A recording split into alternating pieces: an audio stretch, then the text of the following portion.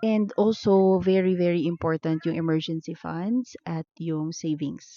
Nung nasa Abu Dhabi pa lang kami, thank God, nagkaroon kami ng chance to invest into something.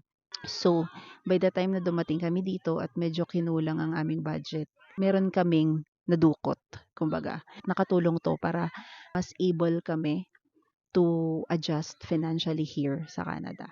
And please, please, maglaan din kayo ng pera for life insurance. For unfortunate events, it's very important to be ready kasi yun nga, anything can happen.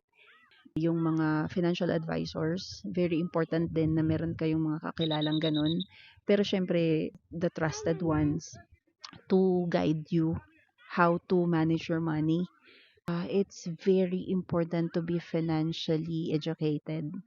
Kahit na yung mga basics lang para at least secured kayo at secured yung family nyo, most especially yung mga anak nyo.